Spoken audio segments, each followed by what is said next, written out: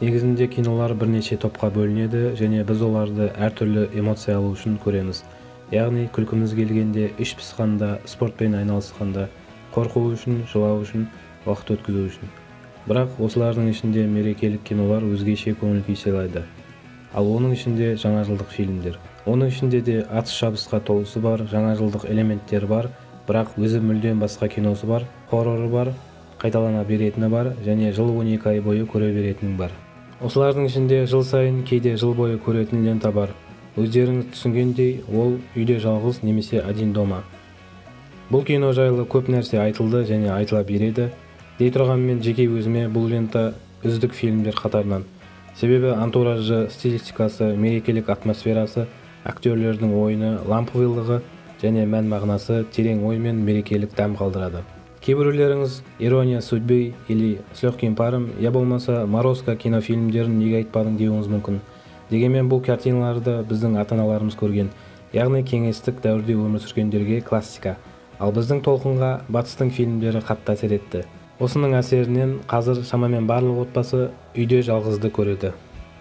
Сәлем достар, жаңа жылдық мерекеден қалған тәттілеріңізді дайындап, жайғасыңыздар. Бұл Нурс Movies.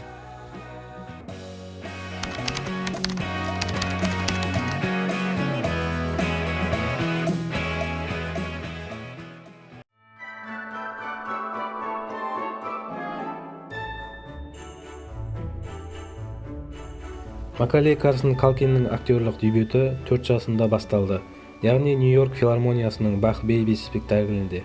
Келесі жылы 1985 жылы оның кинодебюті болды. Ол «В полночный час» картинасында эпизодтық рөл еді. Жалпы 80-ші жылдардағы киноларынан танымал болғаны «Уравнитель» сериалы және 1989 жылғы «Рожденный 4 июля» картинасы. Бірақ режиссер Оливер Стоун Макалейдің барлық эпизодтарын қырқып тастады. Дегенмен дәл сол жылы оның тағы бір фильмі шықты, ол «Дядюшка Бак». Және бұл картинада ол өзінің басты рөлін бірінші рет сомдады. Бұл лентаға Джон Хьюз сценарист, режиссер және продюсер болды. Джон Хьюз Калкиннің почта жәшігінің тесігінен танымайтын күтушімен сөйлесіп тұрған сахнасын түсіру кезінде үйде жалғыз қалған бала туралы идея келеді. Бір жағынан Хьюз өзінің жағдайына байланысты шықты. Өйткені сапарға барарда ұмытпау керек заттардың тізімін жазады. Сонда ол тізімде бірінші болып, оның балалары Джон және Джеймс тұру керек деп шешті. Егер оларды ұмытып кетсең, олар не істереді деп әрі қарай сюжетті өрбітеді. Балалар негізінде жалғыз қалғанда ұрылардан қатты қорқады. Соған қарамастан балалар өз үйін қорғау керек деп шешті. Сөйтіп Хьюз 8 беттік бастапқы сценарийді жазып шығады.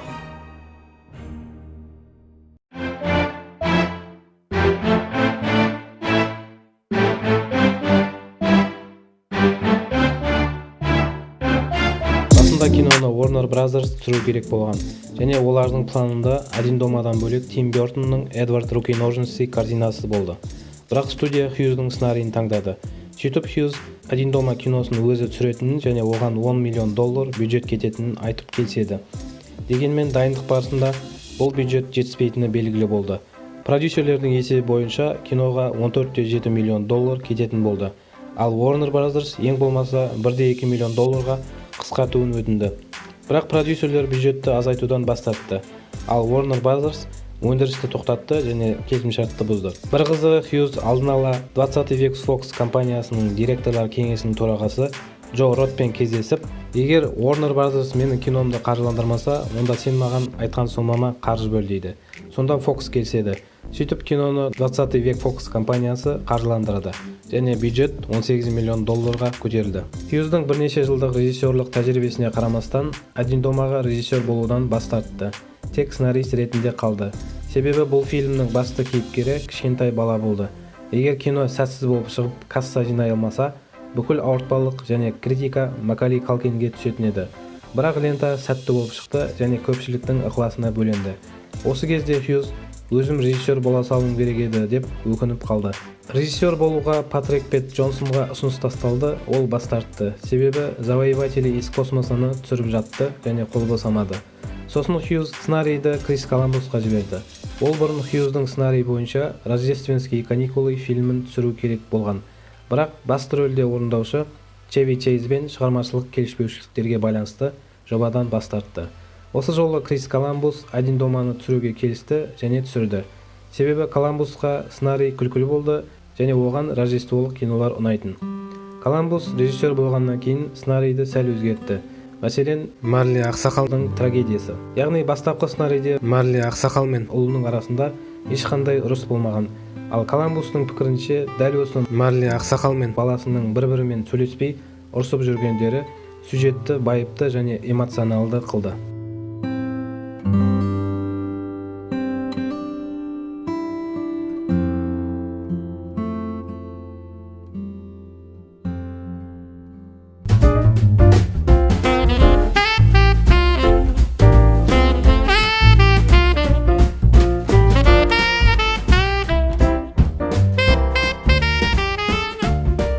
Хьюз Коламбусқа басты рөлге Макалей Калкинді алуға кеңес берді.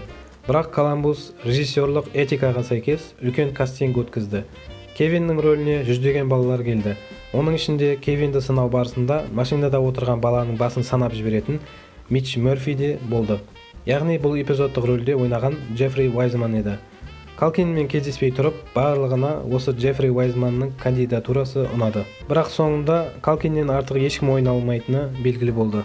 Гарридің рөліне Джо Пешиден бұрын Роберт Де Ниро және Джон Ловиц ұсынылды. Бірақ екеуі де бас тартты.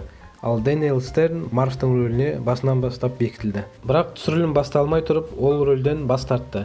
Өйткені түсірілім уақыты келісілген 6 апта емес, 8 аптаға созылатын болды. Және ол күндерге ақша төлемейді екен. Сонда Марвтың рөліне Дэниел Робук шақырылды. Бірақ дайындықтың екінші күні-ақ Коламбус Робук пен Пешейдің арасында химия жоқ екенін түсініп, үйтіп-бүйтіп Дэниел Стернді қайтадан шақырып алды. Ал Джон Кендидің тек бір күнге ғана қолы босаған. Сондықтан ол бар кадрлерді 23 сағаттың ішінде түсіріп үлгерген екен. Және Кендидің сөздерінің басым көпшілігі импровизация болды.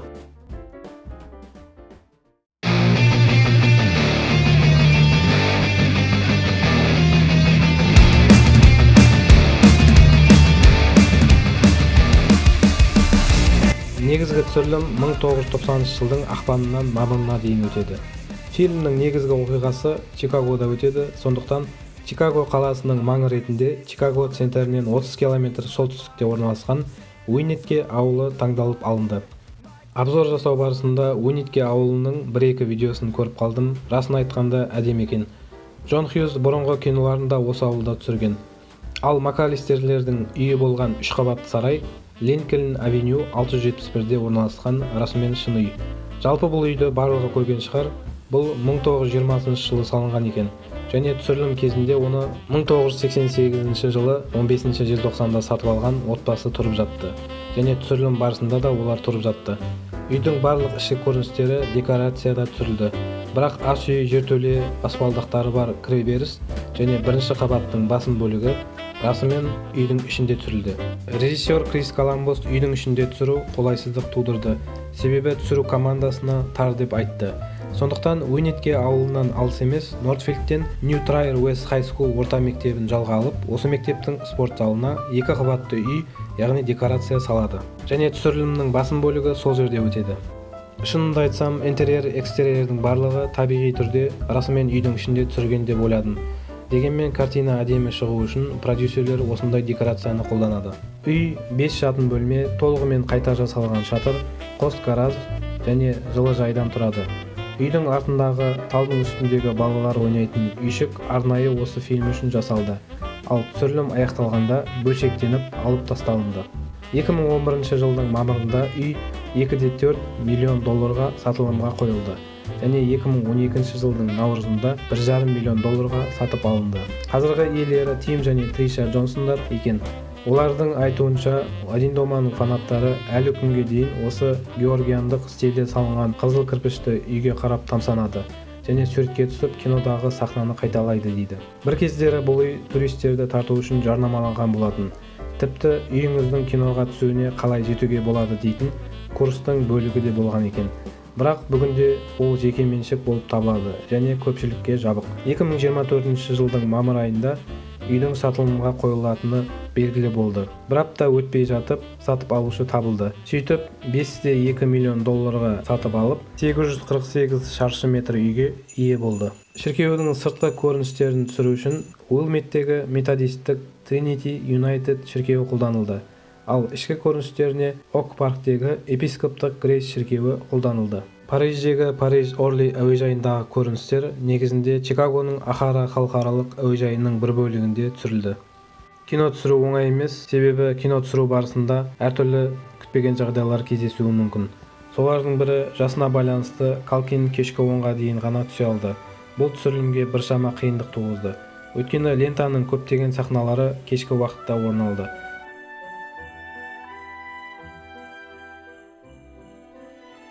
Сонымен қатар түріктер түсірілім кезінде ыңғайсыздық тудырды. Бастапқыда түріктер қауіпсіздік белдіктерімен жасалды. Бірақ түсірілген кадрларда олар байқалынғандықтан қауіпсіздік белдігі алынып тасталды. Коламбус Джо Пешимен жұмыс істегеніне қатты қуанды. Пеши Гарридің образын, қырқылған қолғабын, жүрісін және шаш үлгісін өзі ойлап тауып жасады. Ал фильмнің операторы Холио Макат керісінше Пешиді адам төзгісіз деп есептеді. Және оның сөздері актерлік мүмкіндіктеріне сәйкес келмейді деді. Сосын Кевин мороженое, чипсы жеп кассетадан кино көріп отыратын жер бар емес пе? Сол киноны, яғни «Ангелы с грязными душами» фильмнің үзіндісі бір күннің ішінде арнайы «Один дома» киносы үшін түсірілген. Және «Один доманы» түсірместен бұрын бір күн қалғанда түсірілген. 1940 жылғы гангстер киносының вайбын беру үшін бұл сахнаны ақ-қара негативтің көмегімен түсірген. Ал Джоннидің кеңсесінде сол заманға сай аутентикалық заттар пайдаланылды. Киноның атауы сол дәуірдегі «Ангелы с грязными лицами» киносына пародия болатын. Және де баздың заттарының арасынан Кевин брекет киген томпақ қыздың суретін тауып алып, оны баздың құрбысы деп ойлайды және келемеждейді. Ал шын мәнінде ол қызға ұқсатып гримделген осы фильмнің қоюшы суретшісі Дэн Уэбстердің ұлы болатын, яғни баласы. Себебі Крис Коламбус және продюсерлер мұндай контекстте осындай қыздарды мазақ ету қатыгездік деп шешті. Ал Кевин салған қағаздағы шайқастың планын фильмнің суретшісі Джон Муто салған. Үлкен адамның салғанын білдіртпеу үшін оңақай бола тұра суретті сол қолмен салған екен.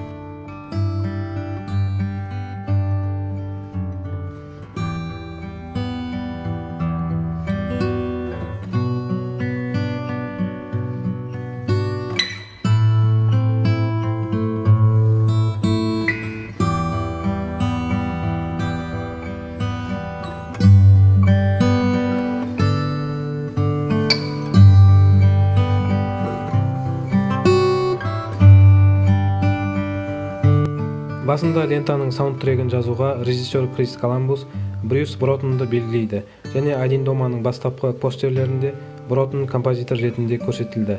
Бірақ ол «Спасатели в Австралии» атты толықметрлі мультфильмге ән жазумен қолы босамай жатқан соң бас тартты. Сосын Коламбус режиссер Стивен Спилбергпен хабарласып, композитор Джон Уильямспен келісім шартқа қол қоюға көмектесуін сұрайды. Сөйтіп, «Один дома» кинолентасының композиторы бұған дейін шығып шедеврге айналып үлгерген «Звездные войны» және «Индиана Джонс» ленталарына ән жазған Джон Уильямс тағайындалды. «Один домада» рождестволық әуендер болды. Соның ішінде «A Holy Night» және «Carol of the Bells». Ал «Home Alone» саундтрегі фильмге арналған ең үздік әуен санатында Оскар премиясына ұсынылды. Ал «Somewhere in My Memory» әуені фильмге арналған ең үздік әуен және визуалды медиаға жазылған үздік әуен санатында ұсынылды.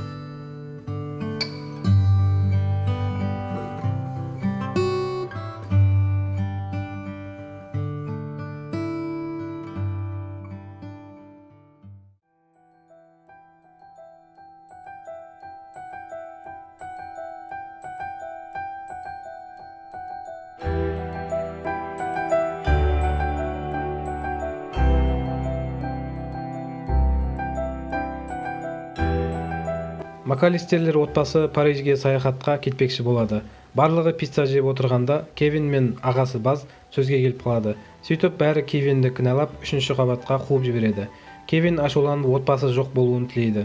Ертеңіне үйде ешкім жоғын көріп, Кевин тойлай бастайды. Самолетте мамасының есіне баласын 3-ші қабатқа қамап кеткенін есіне түседі. Сөйтіп Парижге келгеннен кейін қайтайын десе билет болмайды. Сосын әуежайда күтіп тұрғанда ұшаққа билет таппаған бір топ әншілерді кездестіреді және Чикагоға фургонмен апаруға келіседі. Бұл уақытта Гарри мен Марв Кевиннің үйін тонамақшы болады. Бұны естіген Кевин дайындалу керек деп шіркеуге барып Марли ақсақалды кездестіреді. Сол жерде Кевин балаңмен татулас, ұят болады ол деп Марли ақсақалды шығарып салады. Әрі қарай Кевин үйіне келе жатып полиция шақырсам ба дейді. Бірақ тіс щеткасын ұрлағаны есіне түсіп, өзімді қамап қояр, олар мені іздеп жүрген шығар деп шақырмайды. Амал қалмаған Кевин үйді өзі қорғауы керек болады. Сөйтіп 9 жылдық тәжірибесіне сүйеніп, балабақшада үйренгені бар, мектепке барған 1-2 жыл бар, базбен төбелескені бар. Осы барлық опыттарын пайдаланып, үйдің іш сыртына қақпан құра бастайды. Үйге келген екі ұры физикалық және моральды тұрғыда қиналғанына қарамастан берілуден бас тартады. Бұдан қорыққан Кевин ұсталмай тұрып полиция шақырайын дейді. Бірақ кезекті қашу операциясында Кевин ұсталып қалады. Дегенмен Марли ақсақал дер кезінде келіп, күрекпен екі ұрыны сұлатып түсіреді. Осы кезде полиция әдеттегідей дер емес кезінде келіп, мокрый бандиттерді тұтқындайды. Ертеңіне Рождестволық таңда Кевин ұйқысынан оянып, отбасын сағынады. Кенеттен төменнен мамасының шақырған дауысы естіледі. Жүгіріп келіп түссе, мамасы артында тұр екен. Содан екеуі табысып қуанады. Артынша мамасы мінбеймін деген ұшақпен бүкіл отбасы келеді. Сол ұшаққа мінсе де сол уақытта келеді екен ғой. Бірақ ана жүрегі шыдасын ба. Кевин үйдің бәрін тап-тұйнақтай жинап қойған екен.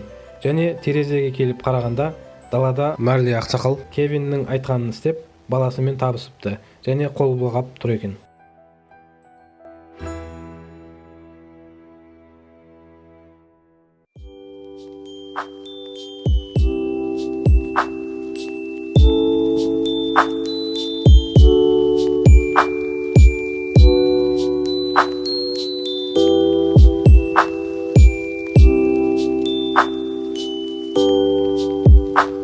Бірінші уикендте «Один дома» 1202 кинотеатрдан $17 миллион тапты. Бұл бір кинотеатрдан $14,211 деген сөз. Және бұл тек бастамасы ғана. Себебі бұл тек 6 апта бойы максималды 2774 сеанстың 6% ғана. Және 1991 жылдың қаңтарында 8-ші уикенд басталды. Фильмнің танымал болғаны соншалық, ол Рождество маусымынан кейін де ұзақ уақыт кинотеатрларда көрсетілді. «Один дома» 1990 жылдың 16-18 қарашасынан, яғни уикендтен бастап, 1991 жылдың 1 мен 3 ақпан аралығында 12 апта бойы қатарынан, яғни 3 ай бойы кассалық табыс бойынша бірінші тұрды. «Один дома» сол жылдың 26-27 сәуірінде де кассалық табыс бойынша алғашқы ондықта тұрды. Және 31 мамыр және 2 маусым және 14-16 маусымда да 2 рет алғашқы ондықта тұрды. Содан кейінгі ғана аралықта прокаттан кетеді. Ойлап қарасаң, қыста көретін Рождестволық кино жазға дейін көрсетілген екен. Кинотеатрларда 9 ай көрсетілімнен кейін, яғни 16 уикендтен кейін бұл картина ақш-та $285 миллион тапты. Сөйтіп, Солтүстік Америкада жылдың ең көп табыс әкелген фильмі болды. $18 миллион бюджетпен Солтүстік Америкада $285 миллион және басқа елдерде $190 миллион табыс тапты. Ал жалпы кассасы $467 миллион құрады. Сөйтіп, «Один дома» барлық уақытта ең көп ақша тапқан комедия ретінде Гиннестің рекордтар кітабына кіреді. Кинотеатрларда лента көрсетілімі аяқталған кезде «Один дома» ақш пен Канададағы бүкіл уақыт және әлем бойынша 3-ші кассалық фильм болды. Ал бірінші-екінші орында «Звездные войны»дің 4-ші эпизоды және «Инопланетянин» болды. Барлық көрсетілімді есептегенде үйде жалғыз $477 миллион тапты. Ал Box Office Mojo сайтының есептеуі бойынша ақш-та «Один дома» фильміне 67,7 миллион билет сатылған екен. Калкин бұл рөлі үшін $100 мың ғана тапты. Дегенмен 9 жастағы бала үшін бұл үлкен сума. Ал «Один доманың» екінші бөліміне $4,5 миллион алды. Бұндай гонорарды 12 жастағы актерлерден бұған дейін ешкім алмаған. Ұрылардың ұзыны Дэниел Стерн $300 мың тапты. Ұрылардың мыртығы Джо Пеши бірінші бөлімнен $4,5 миллион алды, ал екінші бөлімде $7 миллион тауып, ең көп табыс алған актер болды. Ал Джон Кенди бір күндік рөл үшін тек $414 алды. Жалпы «Один дома» сыншылардан оң пікірге ие болды. Rotten Tomatoes сайтында 63% мақұлдайды. IMDb сайтында 7,7 балға ие болса, Кинопоиск сайтында 8,3 балға ие. Бұл киноны плагиат деп айтатындар да бар екен. Мұны мүлдем естімеген екен. 1989 жылғы француздық қорқынышты фильм 36-15 код Деда Мороза фильмі бар екен. Яғни кішкентай бала қартайған атасымен үйде қалады және Санта Клаус болып киінген бандиттерден қорғану керек. Расымен Один домаға ұқсайды екен, сондықтан режиссер Рене Монзор Один дома продюсерлерін плагиатчиктер, менің киномнан қарап алғансыңдар деп сотқа шағымданатынын айтты. Бірақ оның киносы үлкен экранға 1990 жылы шыққанда жоқ. Тек 2018 жылы ғана шықты және көпшілік көре алды. Бұл киноны көргендеріңіз бар ма? Егер көргендеріңіз болса, пікір қалдырыңыздар.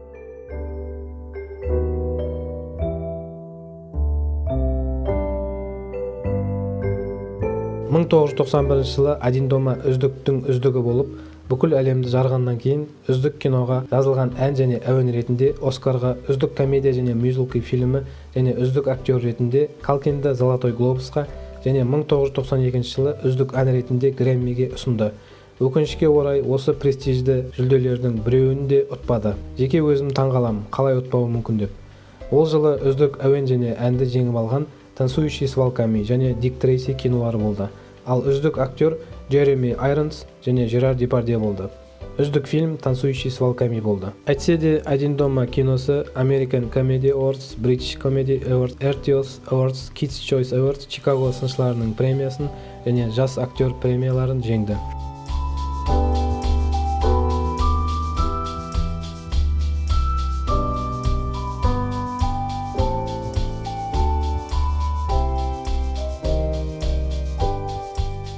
Макали Калкиннің әкесі Кирин Калкинді киноға түсіру үшін екеуі бірін-бірінсіз жүре алмайды дейтін оқиға ойлап тапқан екен.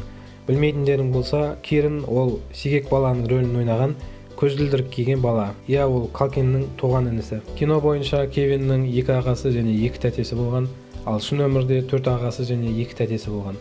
Өкінішке орай бір тәтесі өмірден өткен. Фильмнің Кевин 2 бетін ұстап тұратын постері Эдвард Мунконың Крик киносына негізделген. Кевиннің «Берілесіңдер ме, әлде тағы ойнаймыз ба» сөзі жас актердің импровизациясы болатын. Кинода қосымша түсіретін сахналар көп болған, сондықтан түсірілім кешке 5:30-дан таңғы 6-ға дейін жалғасатын болған. Калкинді түнгі 10-нан артық ұстамауы керек болса да түсе берген және қатты шаршаған сәтінде еденге жатып ұйықтай берген. Джо Пеши киноның шынайы көрінуі үшін Калкинмен түсірілімнен тыс кездеспеуге тырысты. Себебі түсірілім алаңында ғана емес, өмірде де қорқытысы келді. Түсірілім барысында, яғни Кевинді есікке ілгеннен кейінгі сахнада, Пеши Калкиннің саусағын расымен қаншыққанша тістеп алады. Әлі күнге дейін іздері бар. Бұл фильмде тағы да бір күлкілі және өте талантты актер бар. Ол Дэниел Стерн. Кевиннің тарантулды Марвтың бетіне қоятын жерінде Дэниел Стерн дыбыс шығармай айқайлап тұр. Себебі қатты дыбыс шықса, шағып немесе тістеп алуы мүмкін еді. Бірақ бір дубльден түсірілім жақсы шықты. Одан кейін Стерннің айқайлаған дауысы жазылып қосылды. Басында жертөледе пештің тіріліп Кевинге қарап сөйлейтін жері ары қарай жалғасуы керек еді. Яғни үйдің барлық жиһазы және үйдің өзі де тірілуі керек еді. Бірақ бюджеттің таршылығына байланысты бұл идея алып тасталынды. 2012 жылы дәрігерлер мынадай қорытынды жасапты. Егер Марв пен Гарри расымен осындай соққылар алса, өліп қалар еді дейді. Бірақ актерлерге қауіпсіз жағдай жасалынды. Мысалы, Марв терезеден кіріп ойыншықтарды басатын жері карамельден жасалған және актердің аяғында резеңке кигіш болған. Лестницадан Марвтың басқан шегесі резеңке еді, ал Марвтың бетіне ұшып келген үтік расымен болған, бірақ бетіне жетпей ұстап қалған. Ал үтіктің ұшып келе жатқанын 100 килограммдық камерамен түсірген. Есесіне көрініс шынайы болды және ешкім жарақат алмады. Кевиннің фургонға соға жаздаған сахнасындағы жүрісі есіңізде ме? Егер мұқият қарасаңыз, бұл сахна артқа қарай түсірілген. Яғни керісінше, бұған дәлел фургонның түтіннің ішке қарай енуі. Әрине, қауіпсіздікті сақтау үшін осындай қулықпен түсірген шығар. Және фургон тоқтағанда шарфты ұшырудың орнына өзіне тартады. Және Кевиннің жүрісі де біртүрлі. Бірақ менің ойымша, бәріне қиын Джо Пешидің басының өртенуі болды. Гарридің басын өртеген қоюшы суретші Джон Муто болды. Ал шын мәнінде ешкімді өртемеді. Ол тек ескі оптикалық иллюзияны пайдаланды. Яғни призрак Перейра трюгі. Яғни камераның алдына 45 градус етіп әйнек орнатылады, ал камера есікке бағытталады. Осының арқасында әйнекке түскеннің бәрі кадрға түседі. Ал бұл жерде біз көрмеген нәрсе ол қара жәшік пен манекеннің басы. Иә, расында өртенген манекеннің басы болды және осыдан оттың көлемі үлкен болды. Бұл үшін қоюшы суретшіге рахмет. Кевиннің құлаған, қауіпсіздік троспен ұшқан және баспалдақпен шанамен секірген барлық қауіпті сәттерін шын мәнінде 30 жастағы Ларри Николас дубляждады. Үйден шанамен секіретін сахна ең қиыны болды. Өйткені үйде шаңғы трамплині салынды және тәжірибе ретінде бос шаналарды ұшырып көргенде олар үйден 10 метрге ұшып кетеді. Егер біреу отырса, точно өлетін еді. Сондықтан тежегіш бар троспен және матрас қосылды. Басында шана тым баяу жүрді, дегенмен соңғы дубльдерде тежегіш үзіліп кетіп, шана әдемі ұшып түседі.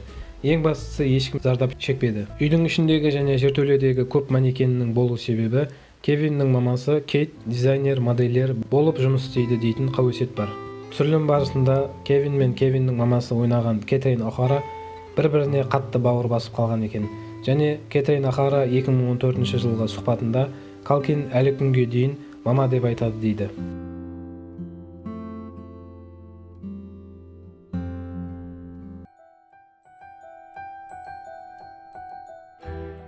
Бұл киноны көру керек мезгіл жоқ, кез келген уақытта көре бересің.